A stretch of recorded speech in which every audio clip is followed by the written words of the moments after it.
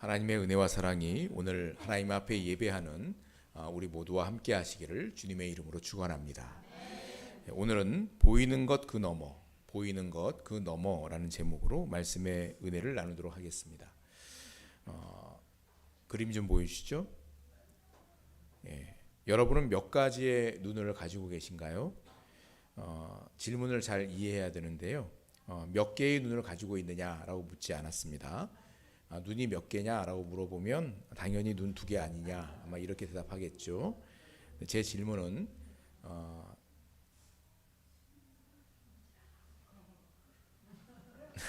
네. 제 질문은 몇 가지의 눈을 가지고 있느냐라는 겁니다. 자신을 지식 생태학자라고 부르는 유영만 교수는 이회수 작가의 글을 인용하면서 사람에게는 4종류의 눈이 있다라고 얘기를 합니다. 그 다음 좀 보여주시겠어요? 그 4가지 눈은 육안, 뇌안, 심안, 영안, 이 4가지 눈이다 라고 얘기합니다. 육안은 말 그대로 눈에 보이는 대로 보는, 겉으로 드러나는 것을 보는 눈입니다. 뇌안은 눈에 보는 것을 과학적으로 분석하고 따지고 계산하고 하는 머리로 보는 눈입니다. 햄버거를 보고 이 맛있겠다 생각하는 것은 육안이고요. 햄버거를 보면서 이거 칼로리가 굉장히 높은데 이거 많이 먹으면 건강이 해롭겠구나 라고 생각하는 것은 뇌안이 하는 거죠.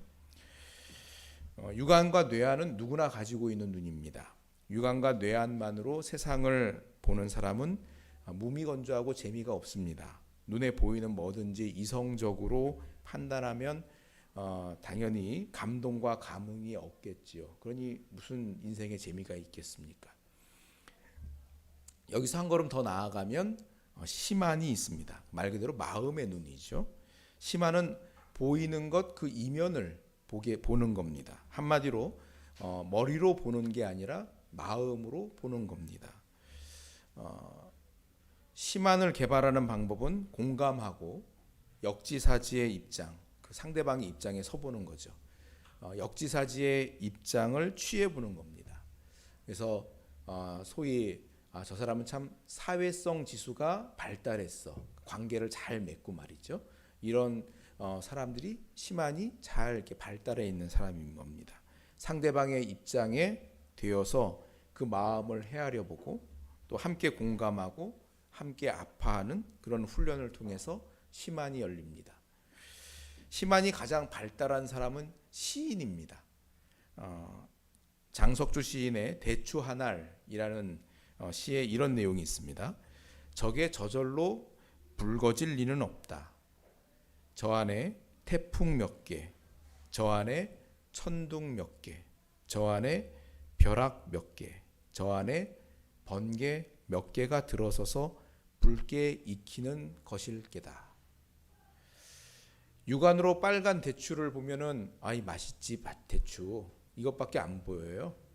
근데 뇌안으로 보면 빨간 대추의 영양 성분이 얼마나 좋은가, 이거 자꾸 계산하게 되는 거죠. 근데 심안을 가진 사람은 대추가 나고 내가 대추가 되는 겁니다.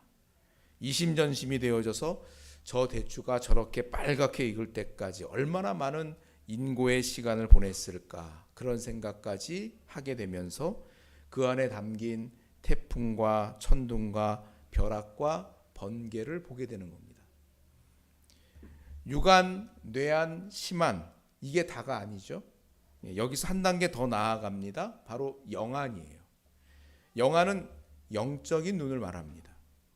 영안은 일상에서 일어나는 사소한 일들 속에서도 그 모두를 주관하고 움직이는 보이지 않는 실체가 있음을 깨닫는 겁니다.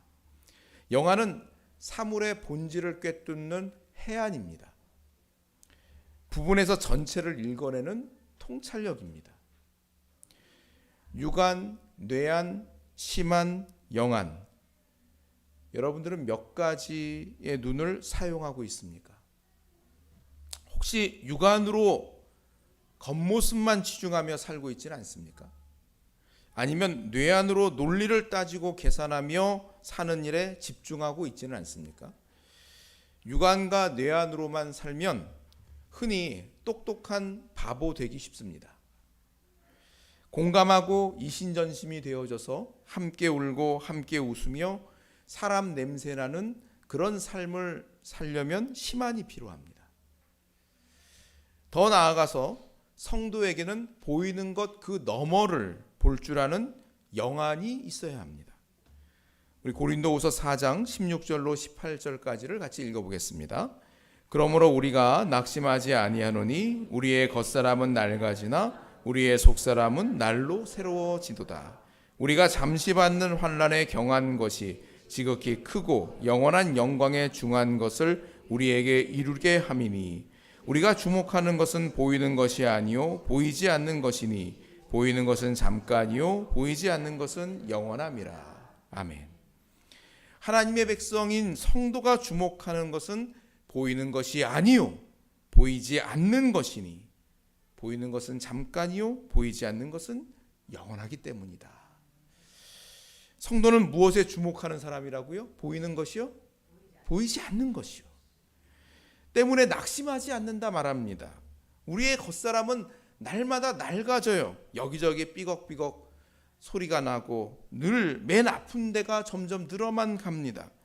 요즘 저는 노안이 점점 심해져서 굉장히 고심입니다. 우리의 겉사람은 이렇게 매일 낡아집니다. 고장이 납니다. 그러나 우리의 속사람은 날마다 새로워집니다. 할렐루야. 겉사람은 눈에 보이는 것이고 속사람은 눈에 보이지 않는 겁니다. 성도는 무엇에 주목하는 사람이라고요? 보이지 않는 것에 주목합니다. 그래서 낙심하지 않을 수 있는 겁니다. 겉사람이 날로 낡아지는 것 때문에 낙심하지 않습니다.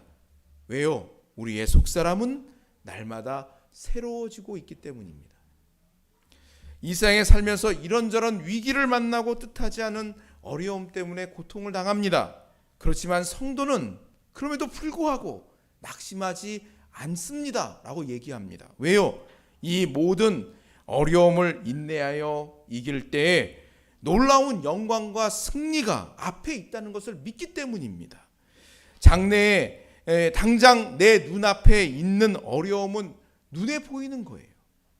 그러나 장래에 누릴 영광과 승리는 아직 눈에 보이지 않는 것들입니다.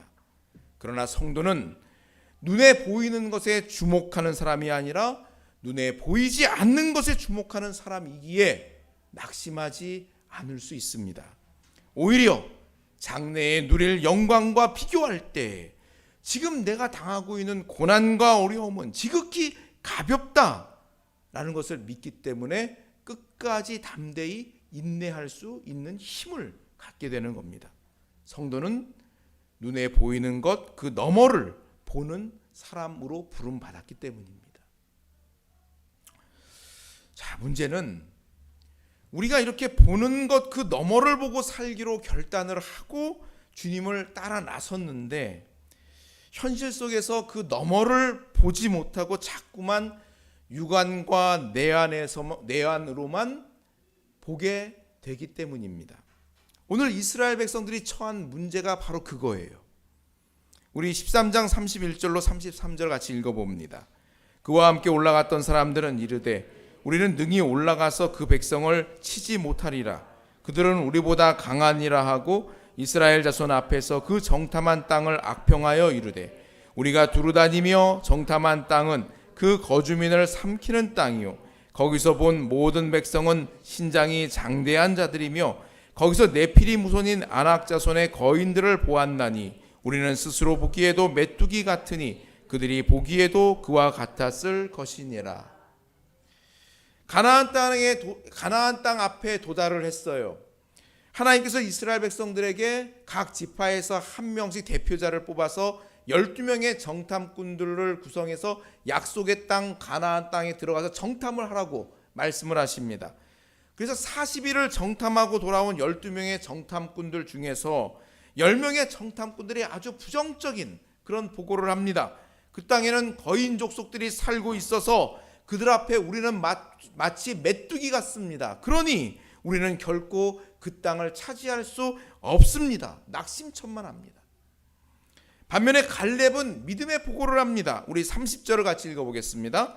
갈렙이 모세 앞에서 백성을 조용하게 하고 이르되 우리가 곧 올라가서 그 땅을 취하자 능히 이기리라 하니, 아닙니다. 그 땅은 하나님이 우리에게 주시기로 약속한 땅입니다. 그러니 올라가서 취합시다. 우리가 능히 이길 겁니다. 12명의 정탐꾼들은 같은 기간에 같은 땅을 정탐하고 돌아왔어요.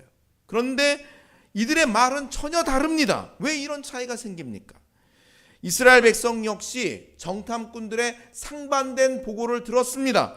여호수아와 갈렙의 보고도 듣고 나머지 10명의 정탐꾼들이 하는 이야기도 들었습니다. 근데 이들은 한결같이 10명의 정탐꾼들의 말에만 귀를 기울입니다. 왜 그랬습니까?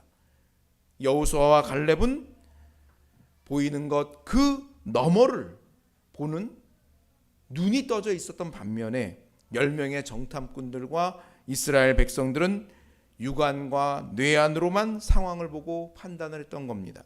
그래서 눈에 보이는 거인 족속보다 더 크신 하나님이 보이지가 않는 거예요.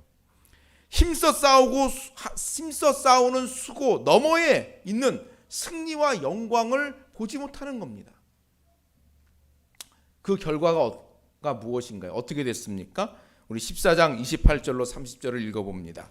그들에게 이르기를 여호와의 말씀에 내 삶을 들고 맹세하노라. 너희 말이 내 귀에 들린 대로 내가 너희에게 행하리니 너희 시체가 이 광야에 엎드러질 것이라.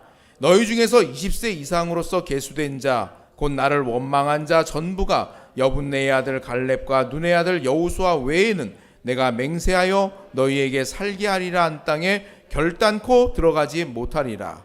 또 34절과 35절도 읽어봅니다. 너희는 그 땅을 정탐한 날수인 40일의 하루를 1년으로 쳐서 그 40년간 너희의 죄악을 담당하리니 너희는 그제서야 내가 싫어하면 어떻게 되는지를 알리라 하셨다 하라. 나 여호와가 말하였거니와 모여 나를 거역하는 이 악한 온 회중에게 내가 반드시 이같이 행하리니 그들이 이 광야에서 소멸되어 거기서 죽으리라. 하나님은 하나님을 신뢰하지 못하고 눈에 보이는 것만으로 모든 것을 판단하여 원망과 불평을 일삼은 이스라엘을 징계하십니다. 너희가 말한 대로 고백한 대로 그대로 해주겠다 말씀하세요. 너희는 결코 약속의 땅을 밟지 못하게 될 것이다 라고 하나님께서 하나님의 이름을 걸고 맹세를 하십니다. 또한 약속의 땅을 정탐한 그 40일의 하루를 1년으로 쳐서 1년씩으로 쳐서 40년간 광야에서 방황하다가 출애굽 1세대는 광야에서 다 소멸하게 될 것이다 말씀하십니다. 오직 믿음의 보고를 했던 여호수아와 갈렙 그리고 출애굽 2세대만이 약속의 땅에 들어가게 될 것이다 그렇게 말씀하십니다. 하나님의 백성인 성도가 주목하는 것은 보이는 것이 아니라 보이지 않는 것입니다. 그러나 이스라엘 백성이 보는 것 그 너머를 보지 못했을 때 그들은 무엇을 잃었습니까? 그들은 약속의 땅을 밟을 수가 없었습니다. 그들은 40년을 광야에서 쳇바퀴 돌듯 인생을 낭비할 수밖에 없었습니다. 하나님이 복을 주셔도 보는 것 그 너머를 보는 믿음의 안목이 없으면 하나님의 복은 나와는 상관이 없습니다. 육안과 뇌안은 사람에게 자연히 생기는 눈입니다. 그러나 심안과 영안은 저절로 생기지 않습니다. 더욱이 오늘 이 시대는 심안과 영안을 훈련하기가 참 쉽지 않은 그런 시대를 우리들이 살고 있습니다. 우리는 매우 감각적이고 즉각적인 결과에 익숙한 그런 시대를 삽니다. 책보다는 유튜브 같은 영상에 더 익숙하고 오래 기다리지 못하고 자판기처럼 즉각적인 결과가 나오기를 기대합니다.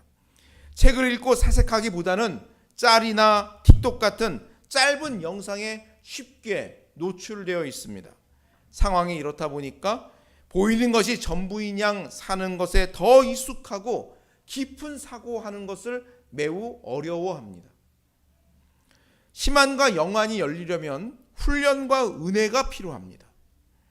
심안은 공감하고 상대방의 입장에 서보는 역지사지의 훈련, 이심전심의 훈련을 통해서 형성이 되는 겁니다.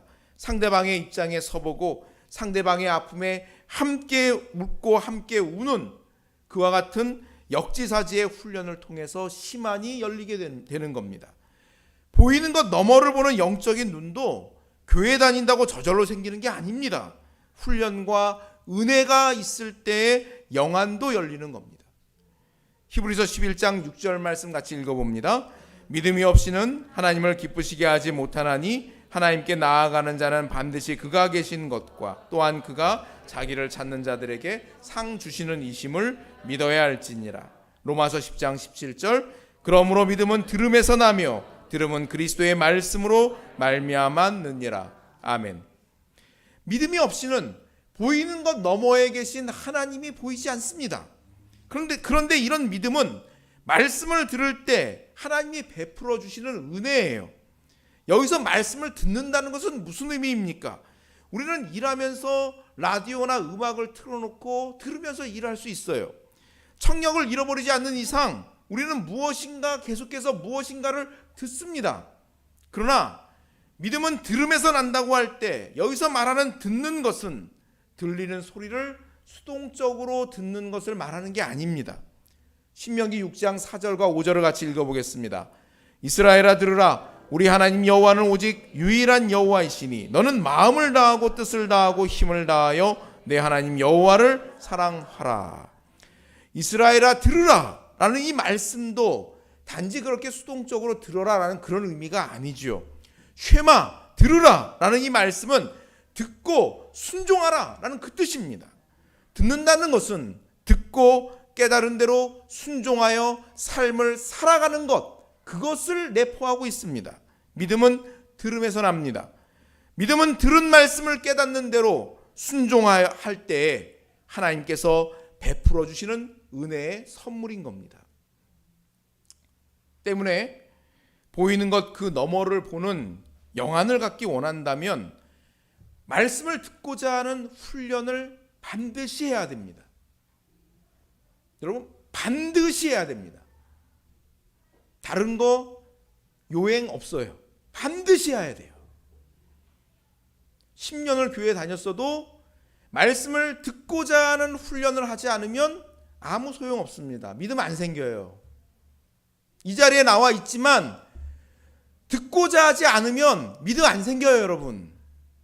그냥 자리만 차지하고 앉아있다 가는 거예요. 여러분 스스로 물어보세요. 나는 듣고자 하는가? 물어보세요, 본인한테. 나는 듣고자 하는가?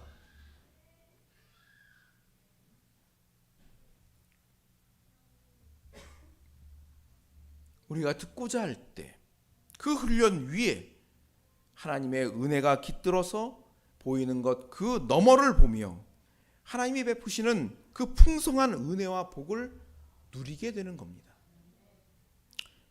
육안, 뇌안, 심안, 영안. 오늘 이 시대는 이 네 가지 눈을 갖도록 우리들을 그렇게 이끌어 줍니까? 오늘은 세월호 참사 9주기가 되는 날입니다. 그러나 왜 세월호가 그렇게 침몰할 수밖에 없었는지, 왜 그토록 많은 사람들이 그토록 허망하게 희생될 수밖에 없었는지 지금까지 제대로 밝혀진 바가 없습니다. 이런 것을 보면 우리 사회는 뇌안조차도 제대로 작동하고 있지 않은 것처럼 보여요. 그저 눈에 보이는 대로 생각하고 사는, 육안을 강요하는 그런 시대를 우리들이 살아갑니다. 이런 시대 속에 성도는 보이는 것 그 너머를 보며 살도록 부름받은 사람들입니다. 때문에 우리는 주님의 발자취를 따라 몸부림치지 않으면 이 시대의 흐름 속에 매몰되고 그냥 휩쓸려갈 수밖에 없다는 경각심을 가져야 됩니다. 교회를 다니고 예수님을 믿는다고 말은 하지만 오늘 본문에 나오는 10명의 정탐꾼들이나 이스라엘 백성들처럼 하나님의 약속과 은혜와는 상관없는 그런 삶을 살 수 있습니다. 물살을 거슬러 힘차게 올라가는 연어처럼 이 시대의 흐름에 저항하고 보이는 것 그 너머를 보는 사람만이 하나님의 심안이 열리고 영안이 열리는 그런 은혜를 누리게 되는 겁니다. 심안과 영안은 훈련과 은혜로 이루어진다고 말씀을 드립니다. 하나님의 말씀을 읽고 묵상하고 마음에 새기며 그 말씀을 삶으로 살아내는 열심을 하나님은 오늘 저와 여러분들에게 기대하십니다. 그리고 그러한 열심 위에 하나님은 반드시 은혜를 베푸셔서 우리의 눈으로 보는 것 그 너머를 보게 하십니다. 바라기는 우리의 믿음의 공동체가 보이는 것 그 너머를 보며 믿음으로 고백하고 힘써 주님 따르는 백성들 될 수 있기를 주님의 이름으로 축원합니다. 아멘. 기도하겠습니다.